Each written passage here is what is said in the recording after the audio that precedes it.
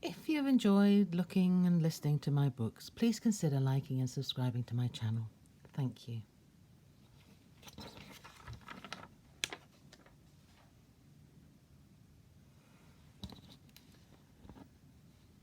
Disney's The Little Mermaid, a Ladybird book, first published in 1990.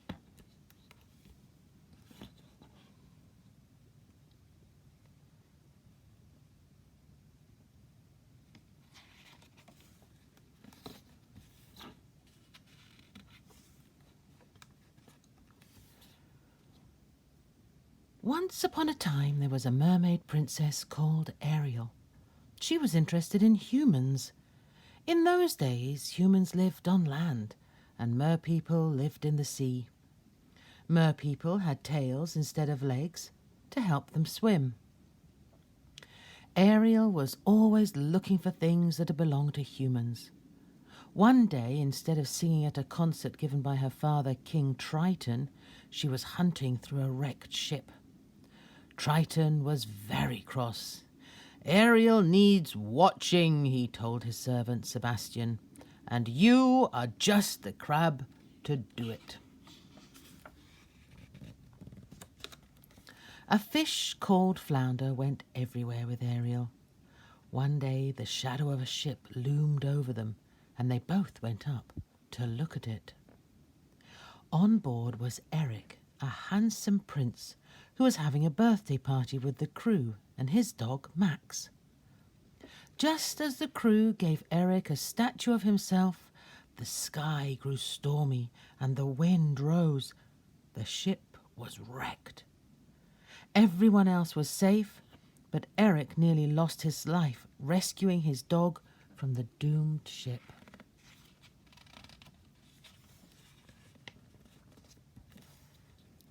Ariel rushed to help the young prince and took him ashore.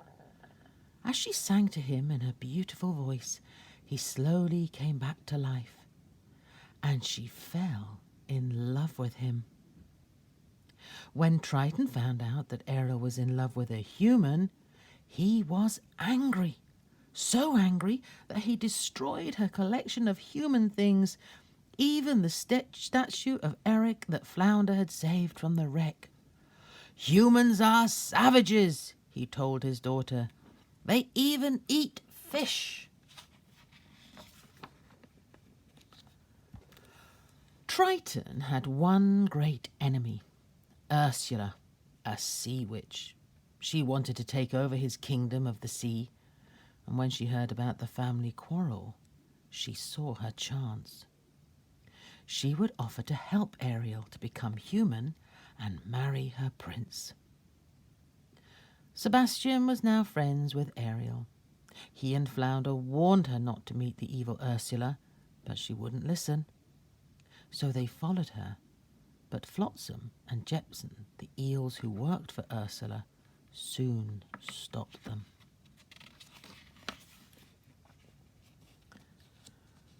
The wicked sea witch made a bargain with Ariel. In exchange for Ariel's voice, the witch would give her her legs, but only for 3 days. "Do you understand?" asked Ursula. "Eric must fall in love with you and kiss you before sunset on the 3rd day." Ariel was too happy to worry. Ursula told her again, "If you fail, your tail will come back and you will be in my power forever." But Ariel just smiled. She wasn't going to fail. When Ariel set out to find her prince, Sebastian went with her. Another friend went too. It was Scuttle, the seagull, who thought he knew all about humans.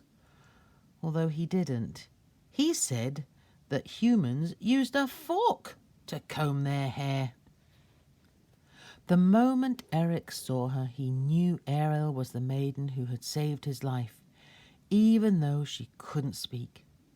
He took her home to his palace, where the servants dressed her in fine clothes, and then he gave a great feast in her honour. The second day of the magic spell dawned. Eric took Ariel for a drive in the golden carriage to show her his kingdom. Sebastian went along in her pocket, and Scuttle flew along overhead. They both tried all day to get Eric to kiss Ariel, but with no luck.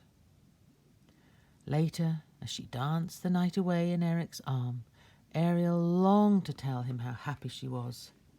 Sadly, she couldn't say a word, and he still didn't try to kiss her.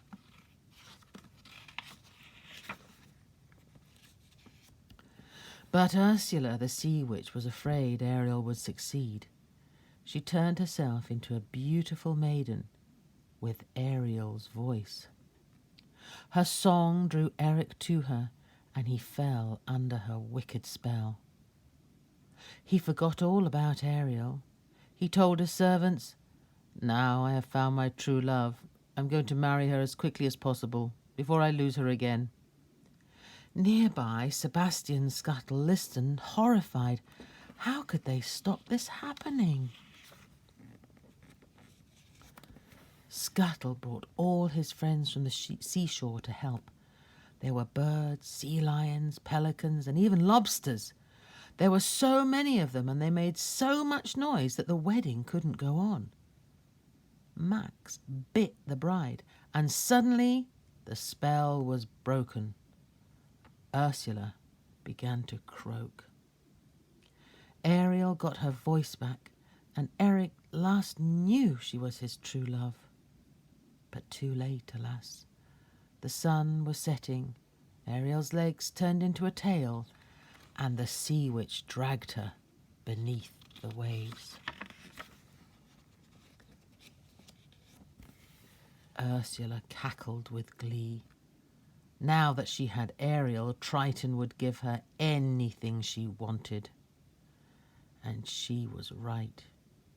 "You can have my crown and my kingdom and my trident," he cried. "Only give me back my beloved daughter." The sea witch took the trident eagerly, and then turned Triton into a small, slimy creature wriggling on the seabed. Next, she was going to destroy the Mer people. Ariel was in despair. This was all her fault, but her friends helped her yet again. They all turned on the sea witch and attacked her. Someone else helped as well, Eric. He had come to look for Ariel in his new ship. Ursula hurriedly stirred up a whirlpool, but it was no use. She and her eels were crushed under the bows of Eric's ship, and they would never cause trouble any more. The trident Ursula had been carrying sank to the seabed. Triton touched it and became king again.